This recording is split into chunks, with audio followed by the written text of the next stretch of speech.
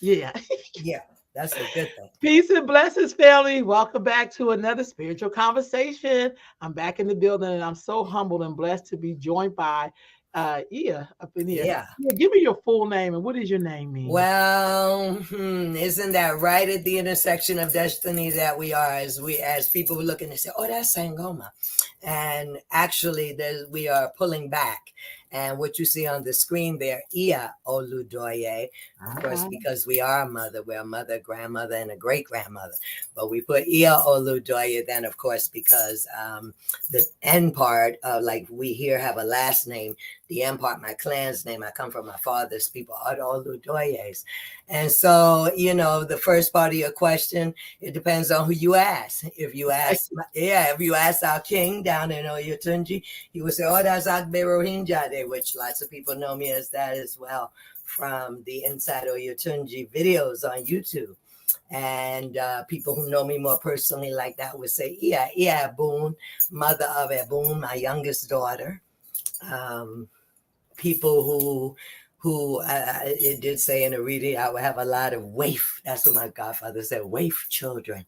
I didn't know what that meant at the time. They call me Iya or Yeye. Um, my priest name, which I don't really give out that often, I am a priest of Obatala, is Efundele or Ludoye. Purity enters the house. And so we're in that way. I said to some friends that are moving into this project of the video documentary that's going to happen as we go to the motherland after 68 dances around the sun over here in America. I said to them, technically, if I, in my village setting, I am now Yawo Lona, because when you are moving then toward a definite place of humility, it's almost like the ego is cast off. Yawo, new bride, when people are Yawo al Batala was. And now, so as I go to the motherland, and some say that, we will be initiated into the Sangomas, but what I knew was I wasn't standing up like that to my elders, native born on the soil, when the young man who's going to take us, he said, "How will I introduce you?" I said, "Well, it definitely won't be a Sangoma. I am before them humble. They are my elders. Are you kidding me? You know what I mean? It's fine." And so, so Yawo Lona, Ona, as you know, is the road. So this is one traveling on the road to that next intersection. So that's where this interview actually caught me, right in that little intersection. Any other time I could have said, "Oh, Sangoma Oludoye," and we would have just moved on. But we're in a transition. That's what this season is for myself. wow, that's beautiful. Yeah, yeah. Let me ask you this. Where are your like where are your people originally from? Like when you were growing up, where were they from and what did they practice in terms of as a spiritual belief or view? Again, it's a wide story. That's why I was saying breathe deep. This is when my years, over in news reporting came in handy so that we could get a lot of information concisely. We are Iya Oludoye, born of Corona Elizabeth Smith Harrigan, to a West Indian, but kind of quarter breed. His dad was definitely, my grandfather, Iba, was from the West Indies, St. Thomas, West Indies. And he married my father's mother, Evelyn Harrigan, who was one of 21 children and the daughter of the Cherokee grandmother that I have a picture of, my great grandmother, the Cherokee Jessie Morningstar, then when she babysat me. So right there, you see there, then if we're looking at my roots reading, you say, "Oh, so the Harrigans, Hawkins, that big clan there of the 21 children," because that was Levi, an African man that married Jesse, the Cherokee and the African. That's my father's people's side of the tree. And Gotcha. and so my father was born in Jacksonville, Florida, but really knew no life there. I think they moved up as he was a minor child. So again, our roots are as I know it. Growing up, I was born in Jamaica Queens Hospital in Jamaica Queens, New York, and I grew up over by Baisley Park for a minute. Over there, my grandmother, Baraturu, my mother's mother, lived over on 166th Place, and my mother, in her independence, which whatever age she got to that, moved us to Rochdale Village off of New York Boulevard. So for that, took us up to about 11 years old at the height of riots and in this country. And the people, the family, big family up there looked around and said, oh, I know you're not going to raise those children up here. So what's better? Okay, we'll go down to Savannah, Georgia, which was where my grandmother, my mother's mother, went to college. It was then Savannah State College, I think. And she wanted to return there after she had done her 25 years and 6 months and got to go watch from Squibs, getting on 4 trains every morning at 4 o'clock in the morning. And so we all moved south as the year was turning from 1968 into 1969. Our eyes have seen signs on laundromats that still say colored round back. And right, we were one of 6 Black children in a junior high school of 600 children. And so, that life changed for me going into puberty, but that initiation absolutely into that part of my life, moved from a New Yorker, a northerner, to the South at the height of South. You could be walking downtown and little white boys would be scared, going, I mean, nigga. They just lose their mind. I came over and asked my grandmother because I had never heard the word, in New York. What?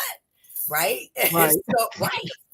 Nobody say cracker or these types of words and stuff like that. Right. I lived in the Jewish community, Rochdale Village, off of New York Boulevard. So, that was that part. And then if we went over swiftly, because they said, well, now give your mother's people, So my mother's people, my mother was also born in Jacksonville, Florida, and her people, her father, she comes from her father's land, the Ogunbemis. They are really Ogun people that originated in, and I hope to go see it while I'm over in the motherland. I love when those Obatala villages are very high in the mountains. So they said this clan lived up among Obatala people. And, as I knew them, Fernandina Beach, Florida, Atlantic City, New Jersey, Philadelphia, and my Aunt Nancy, so that whole clan of the Smiths and that intersection, the Lampkins, that's the intersection of reality. We've done a lot of work, obviously. We've done our Alex Haley. Right. So again, I can say, we could do this whole 40 minutes just on the family tree, because over there, right, I didn't say that section. You're right to say so. My mother's lineage, see, I just gave you her father's lineage because she descended from my father, but I am the namesake of my mother's mother. And so those people are the lineage of the Kulibali of Bambara. And when it is that my firstborn, who is Yatua, mother return, who is exactly the spirit of the grandmother I'm telling you about, when we sat on the mat for her roots reading, this is when, the Abba told us all about Shegu, Shegu and the children of Shegu. He said, you want to know who your people on this line was? That's 4 empires of the Kulibalis that ruled the Bambara people. So there you have it. At least those 4 legs of the tree right there. And a lot of people, so basically, because that family right there, Dr. Kit Wade, it come down from Ned Pollins. They had maybe 11 children by birth, Fanny and Kitty Baratroon, but they were people because they were midwives and ministers and people that held, all the blacks met in there, how the first black school and all that happened down there in Coosawhatchee, South Carolina. They were those people.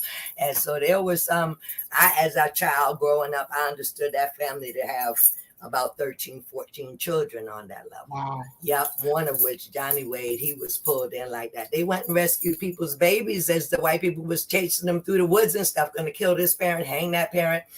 And so my people were midwives. And so my uncle Johnny Baratu, we were talking about him today because he was that conductor, that coachman, that when we came from the north like that, he had already done the house, the real estate. Here's where y'all gonna eat. Took us to Morrison's cafeteria and just really made us feel at home in Right Savannah. on. He was that transition piece. And I don't know what your next question is, but I'll go ahead and hit it since I'm right here at Okay. this story. Yeah. Yeah. Because, a lot of people ask me, they say, well, how did you know? And, when did you know that you had certain gifts or and or abilities? And I tell this story exactly right here. I say, tell them about me moving, and Uncle Johnny was that person that first year, anything we needed, wherever we needed to go, whatever we needed to do. And then Uncle Johnny got sick and Uncle Johnny died.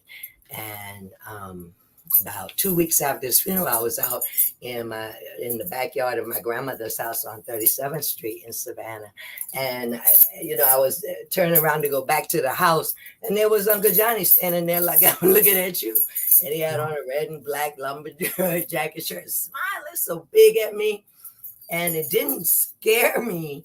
But my mind went to racing real fast because I had the funeral right here. And here's Uncle Johnny right here. Okay, what? And so I went right on in, and I asked, Grandma, Uncle Johnny is at the back gate. And so she said, all right, baby, sit down. And she went into her bedroom and she brought back out her Bible and she opened it up, and they had the veil, back when you are born in the call, the grandmothers, midwives and stuff, they keep the tissue. Is actually the embryonic sac that we are born, and it's stuck Wow. over our eyes. And so the old women would say, oh, this is a child with a foot in both worlds. They're going to see him in both worlds. And so Mm. I told this story to the producer and director of this docu-story we're doing. And I said, you have no idea until you grow older and see the numbers of people whose people didn't have her, my grandmother.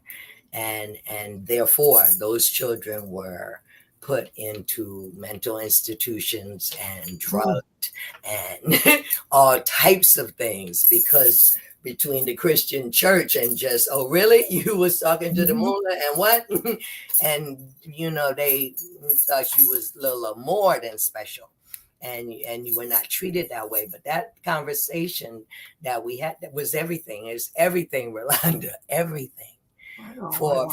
because she had the sight as well, for her to tell me, oh, and you may not always see him, but the hairs are standing on the back, like just like any other class. And she Right told on. me what to expect and what to understand, and most of all, no fear. She's taught me so many things. Live every day as if it's your last. And I grew up with no fear of death, and just amazing, amazing, amazing sharing in there. So that really is the basis of anything else that we would speak about in terms of how that right news reporter got to who we see here. Right. So when you were in like your 20s, right? Did you were you raised in this African system the way we know it Okay. So now? here's that Or this story. was something you were introduced to? Okay. Here's that story.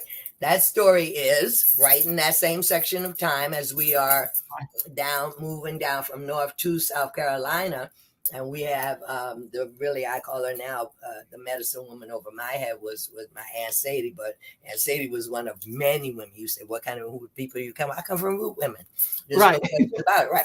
And so Aunt Sadie's mother, Aunt Ardell Barataroon, if you went right now right off exit 2033, then you would be passing by where Aunt Ardell had her whole what you call it, like a diner inn. But of course, the back room was this deal.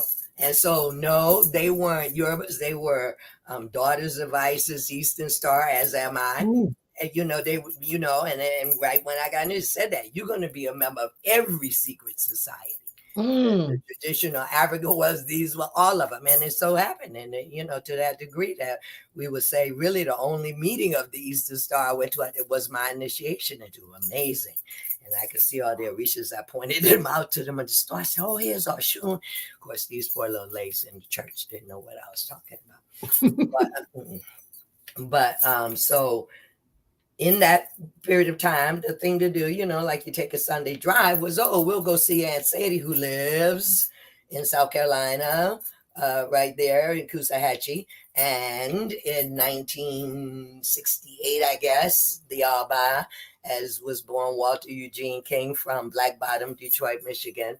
had to leave. Okay, the shootout had happened at Aretha Franklin's father's church, and so the men Mhm. up under the king, he wasn't the king at that time, he was just Serge, and they said, well, no, sir, we have to go now. And so the Abba, such a genius and visionary, knew that the climate and all of these things of South Carolina, another longer story of why slave ships Charleston, slave ship Savannah, the Gullah Geechee Nation, Mhm. like that's another long story. But so he that intersection of destiny looked like when we moved north and there, and we would go visit Aunt Sadie, and Aunt Sadie said, I gotta take you out there to see Baba. And if you know anything about my Aunt Sadie, right, it never worked for another soul her whole life, her whole time on earth. She, that's the way she was raised.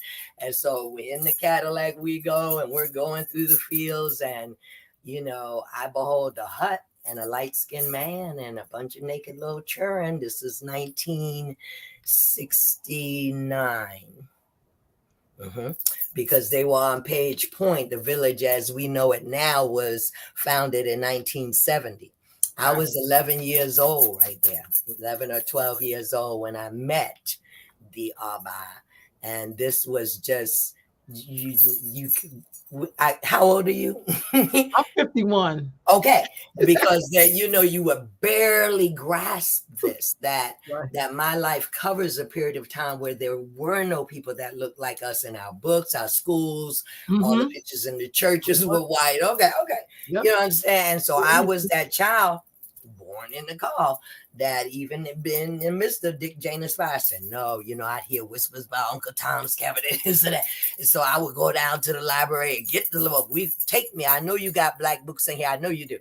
And so I would get those, right? And so, you know, it was like going back in time, Rolanda. The vision is right there in my mind to first of all be in the country and then, in the woods and everything like that. Again, I lived in Rochdale Village, 18 story buildings, off of New York Boulevard.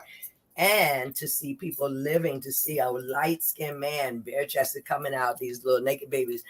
And after I said, whoa, whoa. And that was my first meeting of and so Serge, being a wise man, when he came into the area to settle, he wanted to meet the likes of a Sadie Pearl, because that's how how you're going to move with readings and divinations and who the Mhm. people are in the neighborhood you just moved into. So they were very, very good friends. Of course, that's why she took us out there to meet him. And it went on to catch you, and you think I won't, but I do. When I was 20, I had left school early because, Savannah, okay, we need not say anything more. And I looked at my mother. I said, I'll go to school all year round because I have to go. I cannot stay. It's too much. And so we went, and we were lucky enough to get full scholarship to Clark University up at Holy Cross, and then all them schools up there, Boston, New England. And so that's exactly where we were at 20 years old. We went to college in that August because we just went nonstop. Give me all the English, I got to go.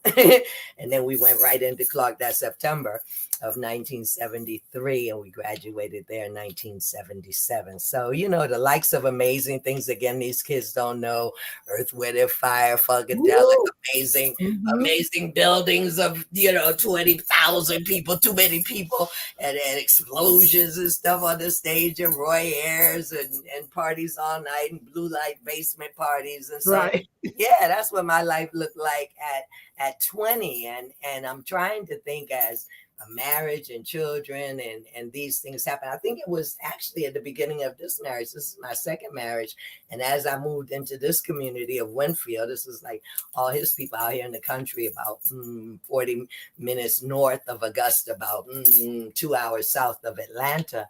Mhm. Yeah, my youngest daughter just outright, she said, my life is not on this dirt road, Mom. She was about a leg, but she said, my life is not. She wasn't even 8 years old. And I said, you're right. Because again, the preciousness of having birth readings of the children. And we really didn't see that before a minute with Ebon, Iya Ebon, the gift. And the king did say, she's not from either one of y'all. She's not even, I've looked back. We're going to call her the gift. So how Oh, would something like that even what really? But that's another story. So off she went back to New Orleans, and now, barely at 40, she's the owner of 7 businesses, major boudoir photography studio. I just stayed over there off Esplanade Avenue, wow. husband and a wife, and 3 beautiful children. And oh my goodness, what a lucky girl. What a I lucky girl. Some I people can't know. even do it good with one other person. Okay. And so you just look at her and she said, "Well, that's why your name is the gift. That is why." I know. Yeah. So my firstborn, yeah, two of their mother returned. She was born in Savannah, and she's a real geechee girl and real close. She lived right over here in Aiken. The other two live in New Orleans. I've lived in New Orleans for a while, but the 3 daughters, and life in evolutions of living in the South, being a northerner. Hmm. And after all these years, glad to say I'm very well adopted into these clans and so Yeah, forth. I So know. they know I'm different. Truly, they've gotten that picture part. We but it was good. It was good when I was in Mount Carmel, and maybe that helped them because coming in, that wasn't strange for me. I was baptized in Beth Eden Baptist Church in Savannah, Georgia. So again, I could Right be in on. any building. I could be in a synagogue. I could be in a church. I could be Right in the on. middle of the village with drums. We still here. And the anointing is still the same. And they readily saw that. And they also saw that I wanted the entire nativity play to be in African clothes and stuff. And so, So how did you find out what Orisha was the head for you? Like, how did you know yeah, that would go back to when I returned somewhere there in those college years. So probably after I graduated. Yeah. Yeah. When I got really serious about it, I had already ended my first marriage of 9 years. This is saying a good bit. And my kids were, maybe pre-puberty kind of age. And a life from a lot of parts. Again, long story. We are doing books. My brother was dying of AIDS at that point. We're in 1988 now. And about? so it's only me and my brother. This is my mother's world. So that really moved me. At the time, I was in the news department there up at WNHC radio, some radio station in New Haven, Connecticut, all of my life, Mhm. teaching, modeling, health food store, this, that, reporting. And that was happening. I was in a 9 year, and life switched again. And that looked like I would return to be a strength for my mom. And so I did because I could. You know what I mean? That's what when you have gone to college, and I said, fine, no problem. I'll come here whether I work in Savannah or whatever I do, but you need not to be alone right at this point. So that was a big change for me. And with that also came this young man, he's be 70 this year, who was an angel sent. That's another long story. This is why people will read the book. Seriously, we were introduced over the telephone. We met at the bus station in Augusta. That is a longer story. But he is in there 34 years later. And he would always be sitting at the hospital. And he was really, I say, he and my mother were married in another life. He was just like another brother to me. And as this Mm. brother was dying, he just showed up. I didn't know him, sweetheart. They sent me a picture through the mail. And every day in the hospital, if we even looked like we was hungry, my mother and I, he would go to Red Lobster or wherever, get the food, whatever we need. He was just sent by God. And we got married, and as we got married and I was acclimating into this community where they were still out there picking the greens and the turnips out the ground. I didn't even know what I was picking up out of the dirt pool. No country, nothing, but we had to learn all that. And so I guess my spirit had to pull, and then the remembrances of the king in that hut, and the wonder what they doing and stuff like that. And so between this life, new married, and my watching after my mother, older now, right over there in Kusahatchee, she don't live but 10 minutes from the village. So that happened, and as I went in, Iya Onishango, Iya Oshadele Ibaraturu, priest of Shango. She, another Pisces. She was more or less the person that just said, "Oh, come on in here, get a rake, get a paintbrush. What do you need?" And so she wound up doing my first reading. And to answer you, that was the moment that we found out we were a child of Obatala. Not even hardly knowing what that meant.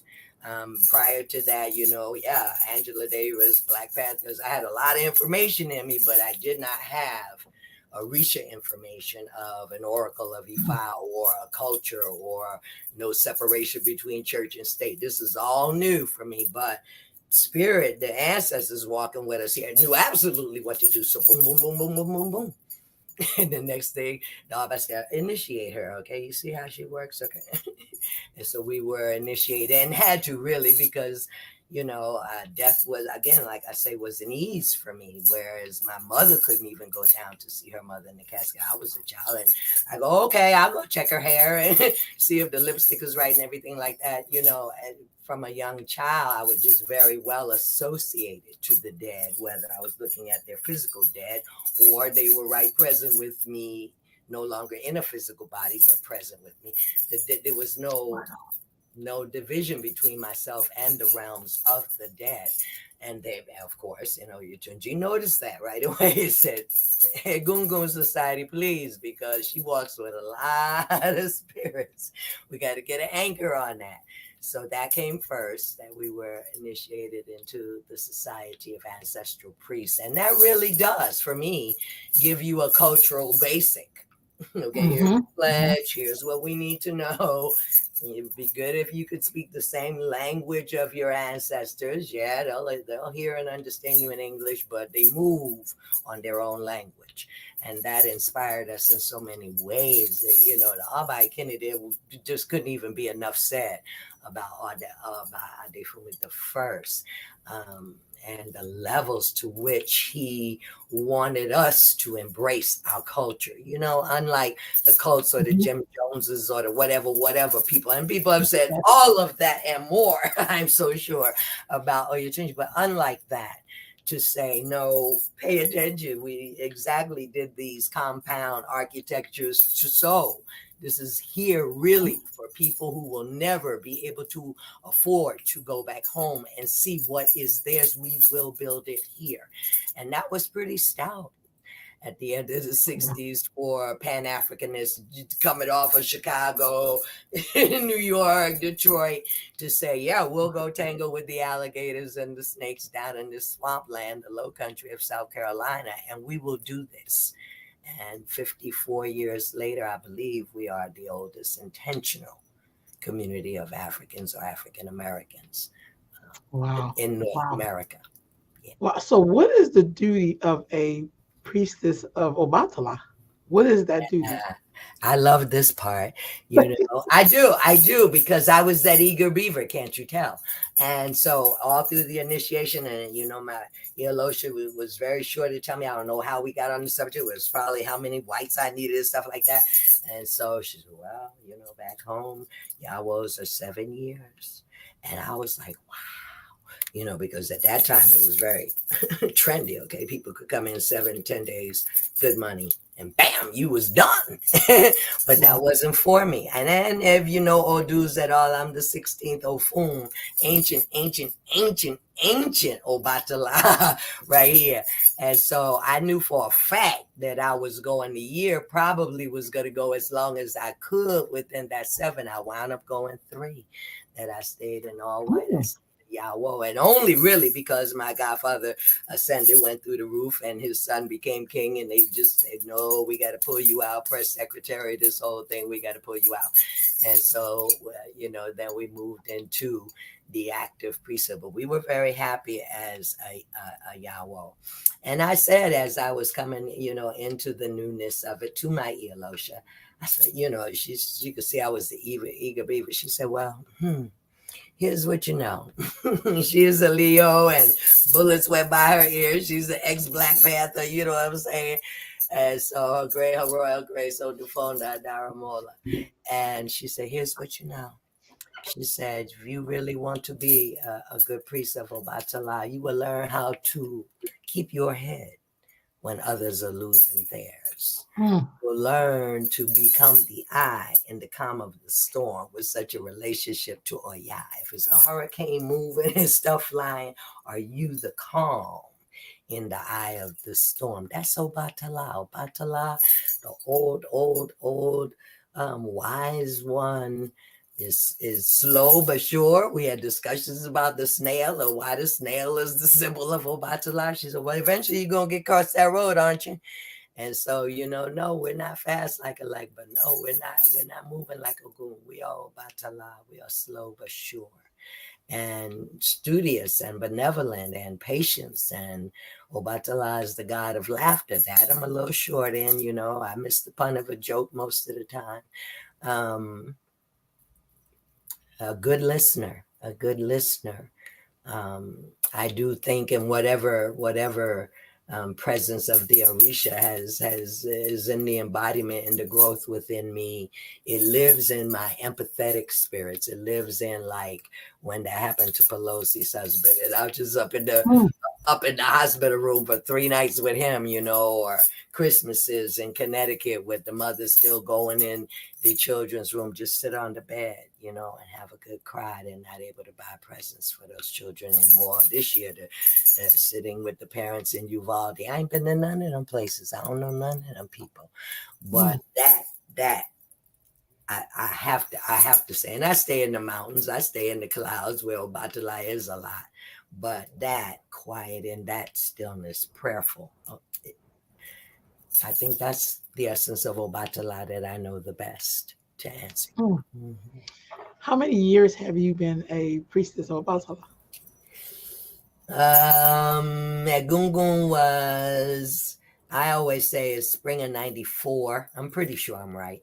And Obatala would be, because my mom was here, 2002, August 26, 2002. Where we at? So 21 years, yeah. Mm-hmm. Mm-hmm. Mm-hmm. Not how time Have you? flies. Yeah. Did you grow up with people who did not necessarily get that information? which And which like in terms of learning about African spirituality, and then you look up, like you said, y'all see each other 30, 40, 50, 60 years later, and your lives have, just been very different. Absolutely. Let me go back to the big five. We are infamous because in that year in 1973, when we arrived at Clark University, there were 5 Black women and 5 Black men, all brought in on full scholarship, right? And so my dearest, my roommate, with Grenetta Briggs, is now Reverend Grenetta Briggs, has a radio show and stuff like yours, lives in Harlem, New York, from Memphis, Tennessee. And then she just fell in love with my hometown and never left it. You know what I'm saying? She go visit the people in Memphis, but she a New York girl now. Donna Pryor, who's Donna Pryor Kelsick now. She lives in Atlanta, but she was from Taunton, and Taunton was maybe 45 minutes an hour from Clark. It's out there in Massachusetts. And Denise Cordova from Hempstead, New York. And Trudy, who was Miss Black America, Miss Black San Antonio, just a powerhouse on the planet. And we lost her last December, and it just like broke all 4 of us. It shocked me to death. I don't know whether I thought we was all gonna hold hands and go see God together. I don't know, but we ran like that. So when you ask me, and young people ask me after we have moved into the village, I said, did you ever wear, clothes like us? Did you ever shop at the mall? And so I know in a nutshell, that is what people ask. And so, of course, I had, I didn't wear African clothes to college. As a matter of fact, I dressed up as Billie Holiday most days. So the point is, I was into a whole nother vibe then. I have a degree in theater and stuff. I'm a Pisces. And so party, college, it was good. Clark was about self-design majors. And, when I came out of there, just really popped, like graduated April. And the next thing you know, I was working in the news department at a radio station back in Savannah. And it took off like that. It took off. And then we went to cable, TV, and producing, and it took off. Last May we did a a movie on a plantation in Virginia, Tuckahoe Plantation. And so that I do love the fact that when the ego leaves you in that Aboku period and you move like this to the expansion, recognize again Obatala Jupiter expansion, and whatever it Mhm. is in those covenants and agreements, my ancestors source, that is what is opening out right here, sitting before you and getting ready to go to Africa for the first time, and all that in the past that I've tried to tell you is simply a story, you know. That's what we have is our stories. You said something earlier, and I wanted to mention that last night before I went to bed, I watch a lot of psychics, readers, astrologers. They tell me now I have to do it on my YouTube channel. Not that I don't want to, but it's like a lot. And this one, Freebird Tarot, they do a ladies' night on Monday nights. And last night was Fannie Lou Hamer's night. Ooh. And that is like all, like I could have been named Fannie Lou and I would have been all right. That's how much I love. And I love a lot of black women, all right. Mhm. You know Right. that's a long list. My auntie, Right. Nikki Giovanni, Angela Davis, don't make me make the list. But Right. she most definitely just energetically, because what I learned last night was like how much I didn't know about her, right? That just her energy, like Ida B. Wells and Sojourner Truth, just her energy, General Moses, Harry Tubman, they be right here. But I didn't know that she was the youngest of 20 children. I didn't know. I knew she had been beaten badly, but I didn't know she was beaten almost like within an inch of her life, where Life. she would Yeah. have injuries all of her life. I didn't know that they had taken her uterus and sterilized her and she Hmm. never even knew. Like, I just didn't know. And Right. that, I mean, that really, because these are all psychics and mediums having a visit with her, it was pretty powerful. It was pretty powerful. What site was that? Because I want to go back and Yeah, listen no, to it. I'll definitely text it to you. I've been Ooh, texting it to please. my 'Cause friends all I, day yeah. because it teaches us a lot for one thing. And these are all white girls here, doing the thing. But Right. and I'm in those conversations with the Nature Connection Network and Right. decolonization and how we gonna break this down, right? And so the white people Right. trying to learn what the white people need to know, and the Right black on. people trying real hard not to get triggered no more. Like Right. we're exhausted. Please leave us alone. Don't trigger us. So, so we're trying to figure out how to have the conversations we have so that we Right can on. easily get on the middle of the bridge, because this standing on the opposite sides of the bridge is getting us nowhere. And that Yeah. is not a good bill to be passing down to our children, that the best we could do was stand on either side of the bridge. And so, they that gift, watching it, I guess I know what I'm watching, is to watch them go into the questions like, how did she do it? How did she get beaten down? And then they figured it out. You watch them in the process. So, whatever that spirit is inside of her, the more it got beat down, the more it got fired up. Like a phoenix coming back up from the ashes. She was just triggered back up. Like, you won't get me down no matter how much you beat me. And to that point, they did, if you look at it, they said, what else did she have to lose? They took That's her right. humanity. They took her feminine. They took everything from her. And so that's why she could go face front and say, I don't have a thing to lose here today. We'll go to the next level on it. How Yeah. about that? Yeah, like a Rosa Parks. When you done, you done. You know what I'm saying? When a black woman reached that point, very dangerous. Real talk. I try to people tell them all the time, you're very glad Michelle Obama wasn't president, because women have a way. We're for Yeah. real. That's real Yeah, talk. like that new sister on the Supreme Court. You feel that thing rocking and rolling. A few of them old ones about to drop off. That's Right. what her Right on. vibration will do. A black woman. That's real talk. Let's. I want to talk to you about the Agun Society. How important is that to It's African important to culture? everything. I just told you. And Yeah. the way I learned that is with the Santeria and those folks there. They can go. They can jump to Ocha, just like that. You got the Hmm. money, okay? We take you to Ocha. Your Orisha is, and it went back home. And I had to tell that girl that because my godfather told it to me by right to room. You know what I mean? As above, so below. You don't really want to go shooting off to the stars unless you got all your issues in the Right earth on. that you live on straight. All those traumas and ancestral repairs have been looked at, acknowledged, so that they do not hinder your priesthood going forward. They support it. Mm. So the Egbe Egungun, for facts, when you come and see that cult get up and dance, you already know ancestors moving in the house. You could tell by all of us moving. And like myself, a person fully paralyzed that they said would never walk again.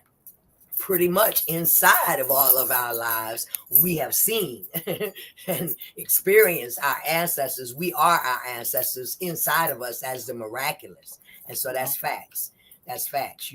I wouldn't want to pretend to the stars, the Orisha, unless my ground floor was handled, Mm. foundation. Yeah, so it's a foundational piece of the culture. What do you suggest? How do you suggest people who may not know their ancestors get to learn who they are? Because I'm Yes. in California, a lot of people out here, I'm Mm-hmm. gonna take time, I don't want to be general, but some people, as I work with a lot of girls, some of them don't know their grandparents, let alone their Right. great grandparents. They couldn't even tell you the part of the South or the East that they people came from to come here. I was And I'm doing like, a Gord class once over here in a school over here, and that happened. They pulled two classes together. It was crunch for time and all like that. And I wanted to have a little circle with them to anchor them, exactly what you asking me right now. "Yeah, And we went there. It might have been February or Black History Month or something wow, like that. And girl, no one in the room. I'm telling you, about 30 some children could tell me their grandparents' name. Somebody had to give me a yeah, drink of water. I almost couldn't yeah, breathe. I almost couldn't breathe. White, black. And so after I got myself together, I said to them, I said, let me help you realize mm, why that caught my breath like that. Because I'm a mother, a grandmother. And so I look ahead to the lives of my children and I mm, understand you all will be the same age as my children are in a real world.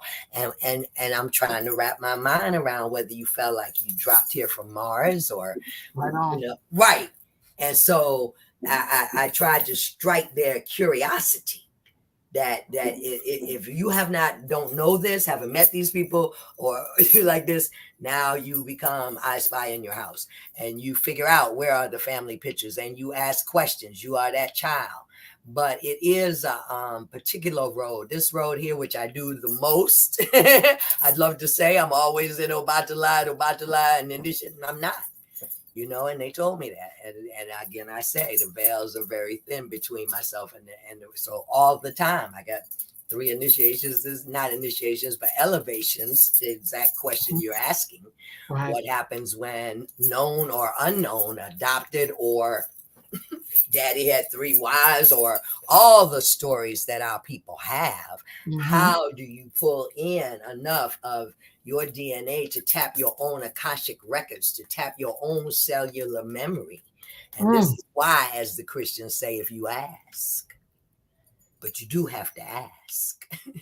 You don't get to just right think on. about it. No. You really, the tongue is the littlest member, wields the most power. That's why God said, let there be light. Ain't tell you God thought about it. Said, set it. And so for us to, there's so many works here, Rolanda. Some works are for the young people that are traumatized, that all they know that they have seen of the living Mhm. people are drunks, drug addicts. They're scared. Okay, guess what? I don't even want Right on. to know the parents of these people.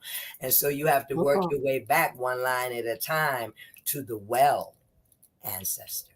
Mm, If there is one. You have to literally right, go over till you reach that well ancestor, that great great grandmother or grandfather who was waiting for you. Say, all right, you ready right to, on. yeah, they were waiting. They said, all right, you ready to clean it up? Because we can do it. They're dead and we can do it. And that's how we go in and we do ancestral repair. So that, and I've done it. I've been blessed to do that for people. I'm thinking clearly of my brother Shada. I met him in a candle shop. He knew no one. He only knew his parents. Big psychic guy, another Pisces, big psychic spiritualist. But he finally got to that place where he knew that he had to make this connection, and he didn't have not one. It took me a minute. I just couldn't even imagine because he's grown. He's not old as me, but he may be 10 years younger than me. Right, He grown right. and never met another relative of his only Wow. his mother and father he knew. And so we had to go with the 9 glasses of water and cat. I said, well, they are there because you've never seen their pictures or don't know their names. You're here. That means they're here. Mm. And so we did that altar for that with no names, no obituaries, no pictures, just benevolent spirits who are mine. And so big, yeah, big priest now of Oya. Big, probably within that first year of him coming into that position, not knowing nothing. He had by the year's end, he had been to Africa and back and was initiated a priest of Oya. Just like that. Like that connection to the ancient African ancestors was made, and they say, you belong here. And yanked him right out of there and did it. Wow. Yeah. And then there are people that, know their people and they know all the skeletons in the closet. And, you know what I mean? Yeah. And you got to weave through that. Well, all right. And so they need their own place. And no, you can't have them all together. And you know what I mean? So it's a very particular work. I love it. It's what my eyes pop open in the morning to do. But your question, to be honest with you, is that I do say they need people like us to bounce some stuff off of. But and to be that midwife. That's what my business card says, spiritual midwife. To remind them, pay attention to your dreams, get a dream journal, be very conscious, be very relaxed into it. Do not struggle with it, particularly the ones that are adopted struggle when you don't have information on the birth parents and stuff like that. Don't struggle. Because it's like you struggling against yourself. Their very blood is running in your veins. No problem here. When you relax, those channels will open. And it's just like that. I say to people, it's not just like that, but that would be a similar thing. Sometimes you get the static between stations and then you just adjust until it's clear. Third eye, hearing is all very clear because they're right there. That's why the Bible says, ask and it shall be given unto you. But a lot of people don't live their lives in trust and belief has been beat the heck out of people of color. Yeah. And so they that is where the trauma and the trouble is that, their own sense of self is way low. And what does that say about the people who created them? You know what I mean? So it's really about rebuilding that sense of we. It's like I do a workshop in the woods called We is the New Pronoun. And I do say we a lot. And people say, who you and who? And I be like, myself and all these ancestors that you don't see, but that raised me. Right, but that raised me. Understand that everybody, I'm a blessed Black child. You know what I mean? I could name you 300 of my ancestors that either I went to their funeral, I know what the chicken like, I know what street they live on, I know what church they went to. And Black people don't have that expansive file of people all in the heavens for them. They lucky if they know 10. Right. That's real talk. Yeah, most of them of their own age. That's how much the times have turned. 20, 30 years ago, you might ask them 10 people, they tell you about people who lived a while back. Now they tell you about my cousin, my brother, okay, that went to the ancestral realms just like that. So what I'm saying to you is there are many ingredients that have to come into that area truly for a person that desires to rest well with their African soul, because that's what's knocking at the door about their culture or their ancestors or any part of it. What you know is they are not caught up. They are not the material girl out here with the weave and the lashes. Yeah, they're not her. And they are one that, like John the Conqueror, they're not going to be able to shake it. That's why our pleasure, we are compelled by a spiritual force that we cannot resist. And thank God we can recognize that. We don't struggle against that. We don't resist against that. We are, in some of us, the ones that are moving in Ray, will learn to walk with it and do our best to balance it, because we are here. We are in Earth School. And so you're right. People in your own family, people that you run with, You asked that a minute ago. I didn't have a lot of people that reflected back to me African culture and their dress. And, I went years working on my mom getting out of the wig. And we're glad to say the last, 6 years of her life, she was beautiful. Nefertiti and braids. She would always look so very regal, and she just really moved to a high place. But that's again the age that we have watched the Negroes become black and proud with James Brown, and then we watched that era move into African Americans, and we also watched the shun of like, no, I'm not African, because if you ask anyone in the village, that they would say, I'm an African living in America. Let us be very clear. Yeah, let us be very clear. You know what I mean? By no choice of my own, and so here we are. What do you do when you have an ancestor who was not of good character while they was on the planet? How do you deal with those ancestors?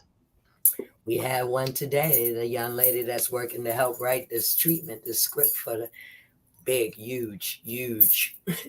And so we can only say this is a Jamaican gentleman, and there was an Obeah woman involved, and just all the parts of children that didn't even know him, children that he absolutely walked away from and had no fatherhood or support for.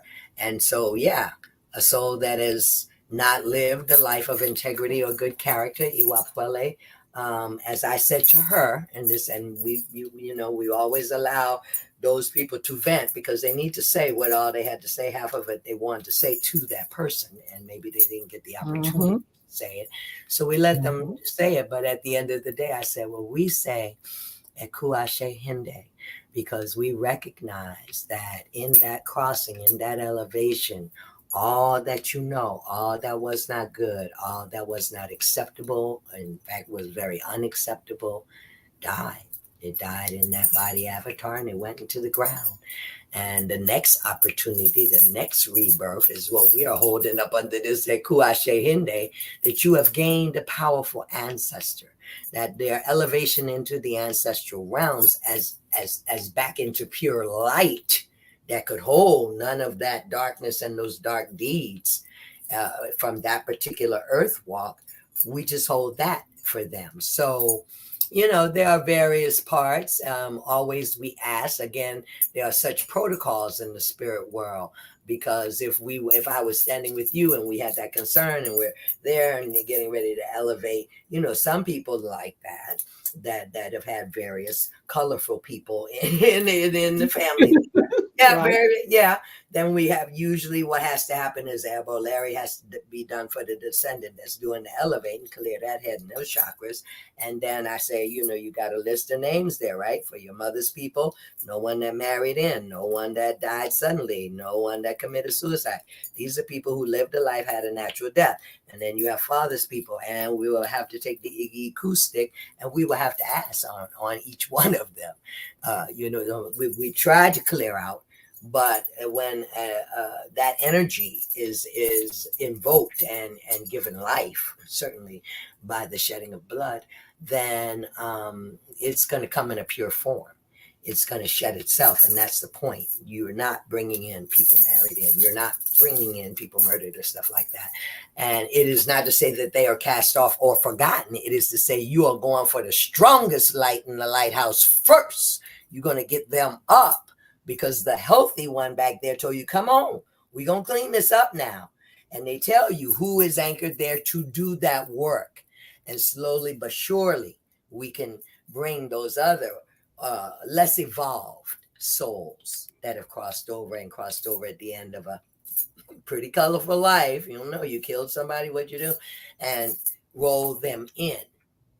So there's always. That's the beauty of it. Yeah, it is always, always the evolution, nothing new under the sun, my grandmother would say. Nothing new under the sun. In African spiritual traditions, is there a room for people to be elders? Because sometimes we spend a lot of time going after the young in culture. We're looking for the young blood and new whatever. But sometimes it feels like, not all the time, but just sometimes it feel like, is there, do we pay respect, a whole and high regard our elders? Absolutely.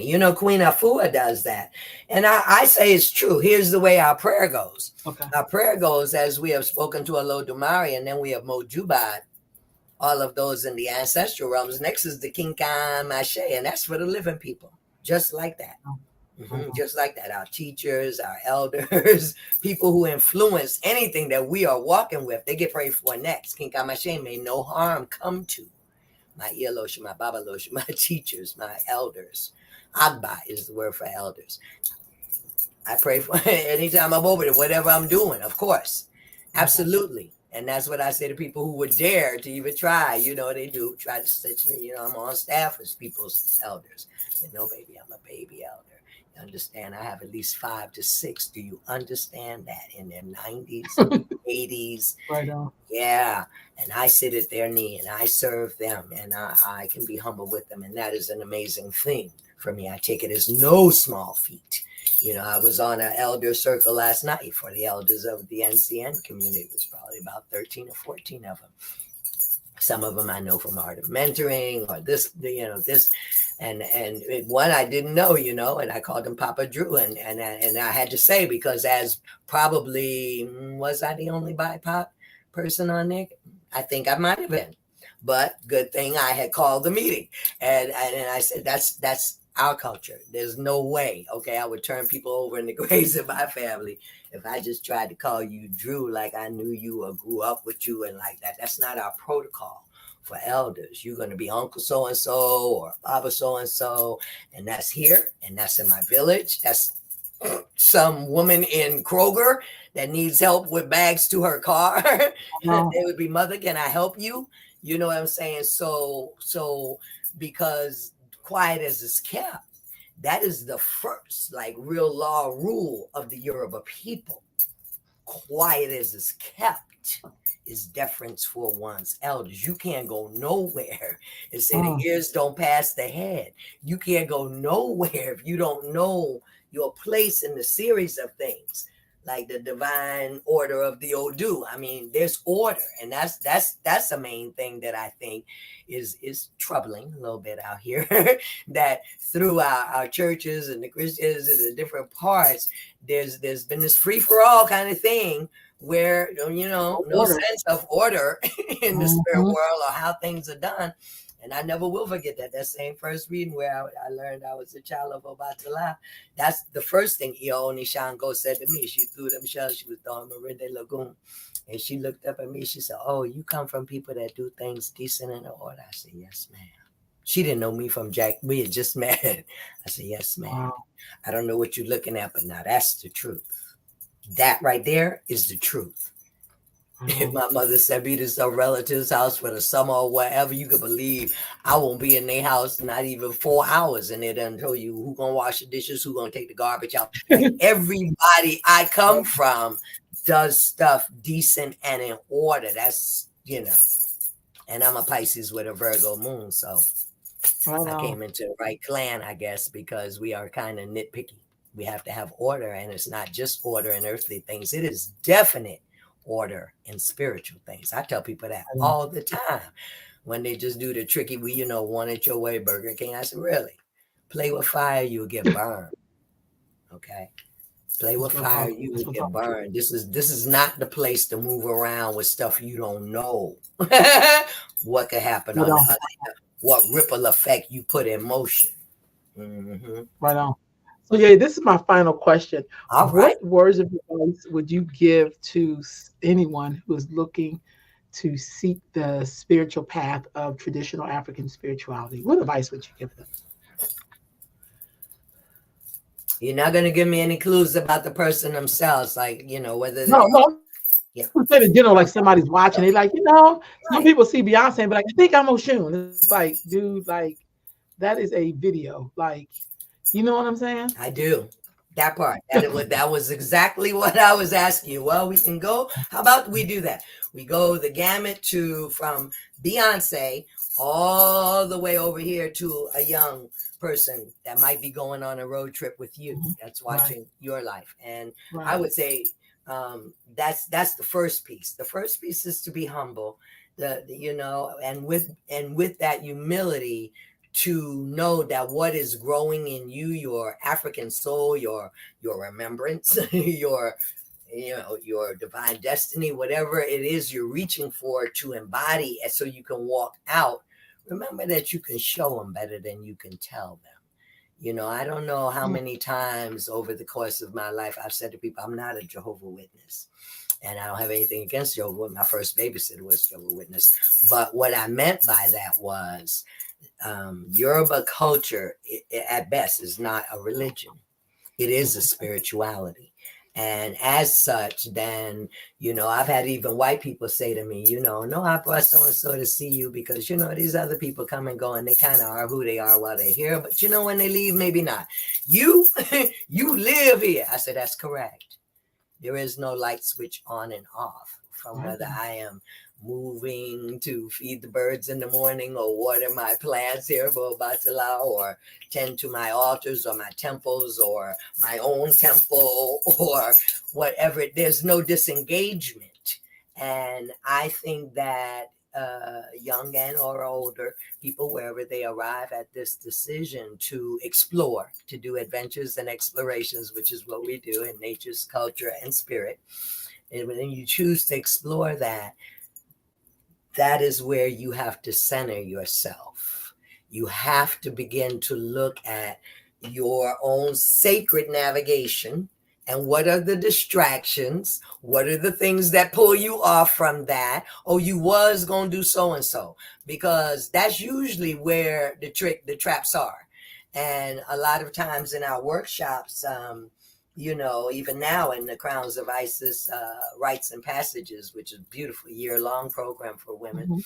um, we do a self-assessment. We do the SWOTs. We do, well, what are your strengths, opportunities, weaknesses, and threats? Okay, let's just look at the situation. You understand that part? You know. Because if it were your cell phone or your car, you would break that thing down and you'd look at the situation, wouldn't you? But well, how you out here with no map? What's happening? And so Mm. this happens for people of all spiritual persuasions. Shall I say it that way? I was trying to say culture. They said no. Everybody don't have culture. Yeah, everybody don't have culture. But whatever persuasion that is, what we walk with, just like Secret or Shambhala or the Buddhists or the Dalai Lama, there is a discipline in here. You talk about some order in the spirit world. When connected to source or remembering oneself as a star seed or an ancient being from the culture that they are pulling upon to make a change in life ways here in America, yes, you must observe how well you live there. And lots and lots and lots of people, Rolanda, you I know, they visit.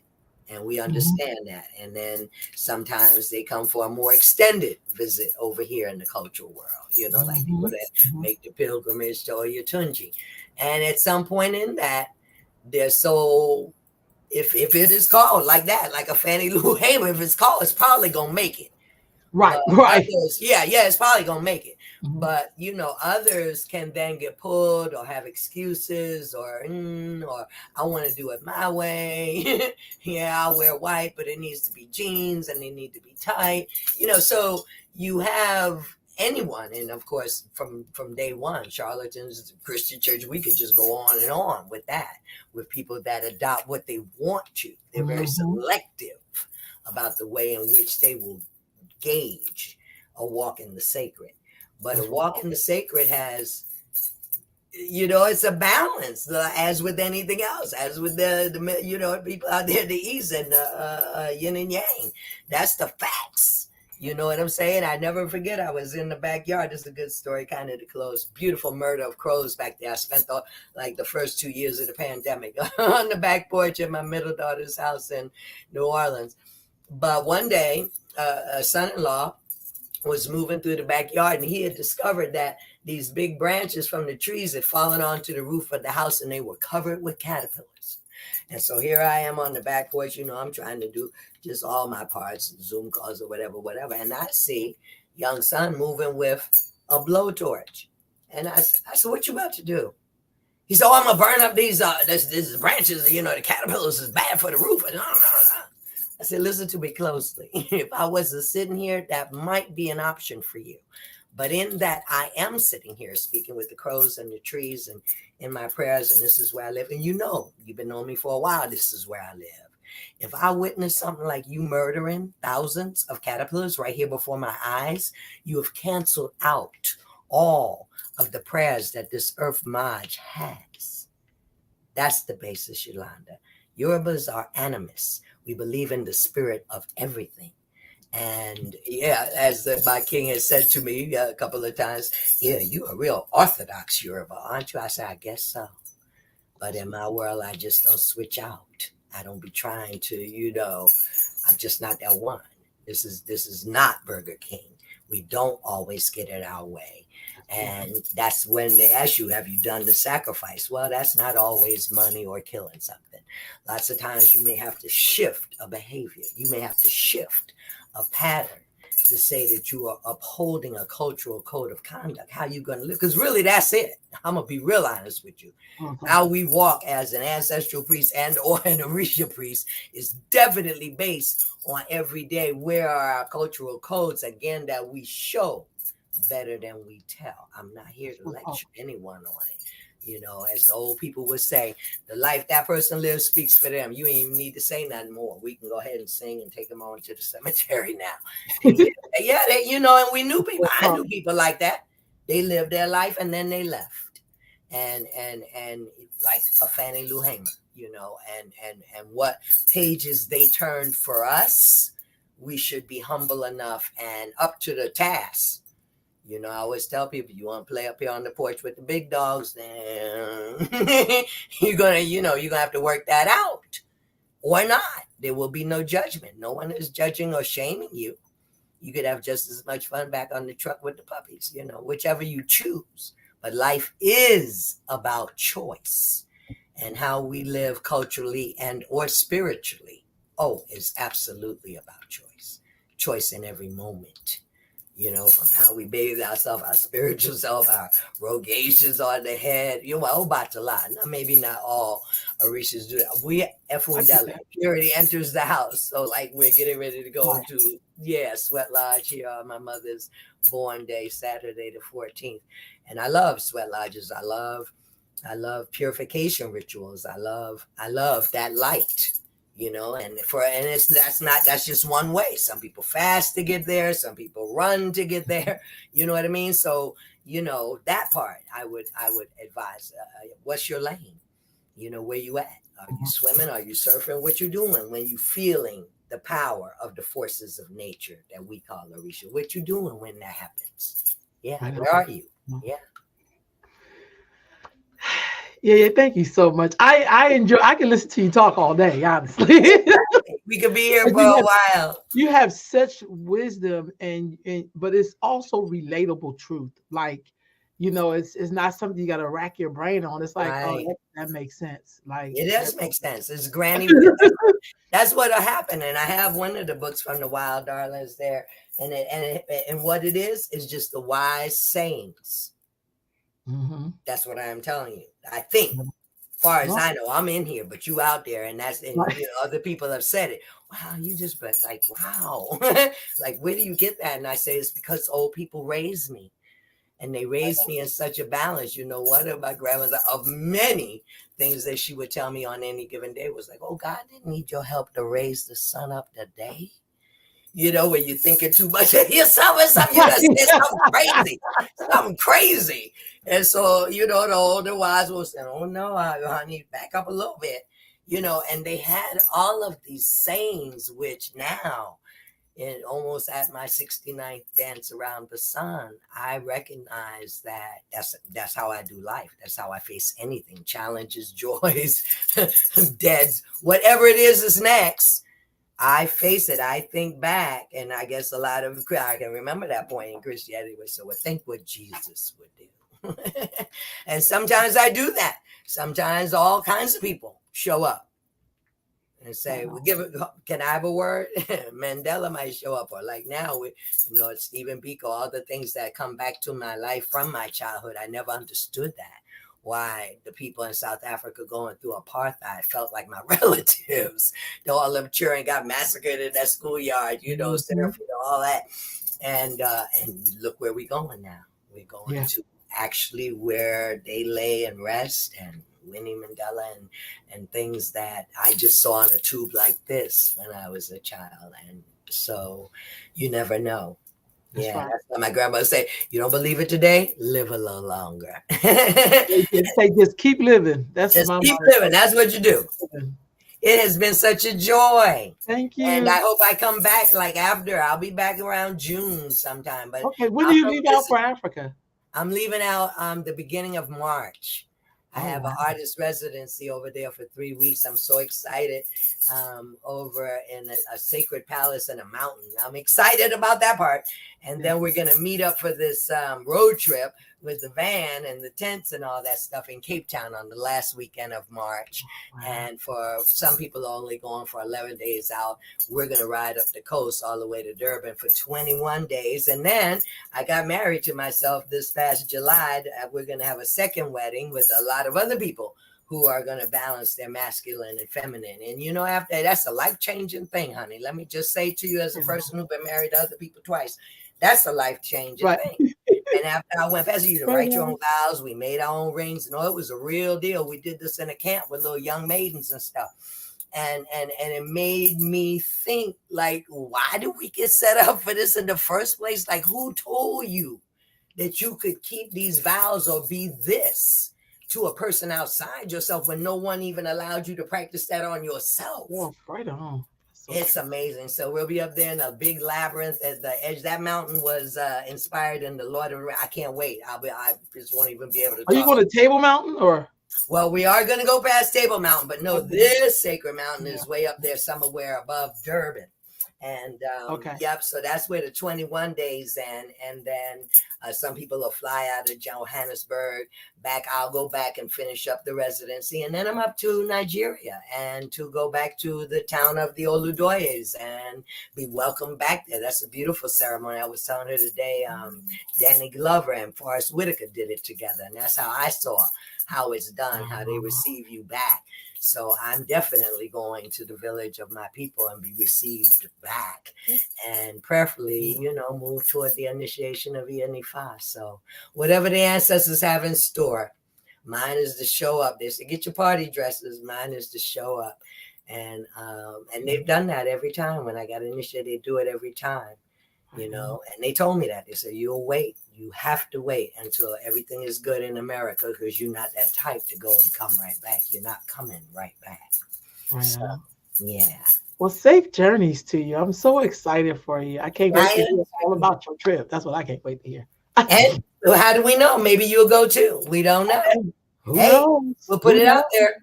That's All right. right. Blessings, Thank you. blessings, blank. All right. All Okay. right. All right. Peace. Yeah. Peace.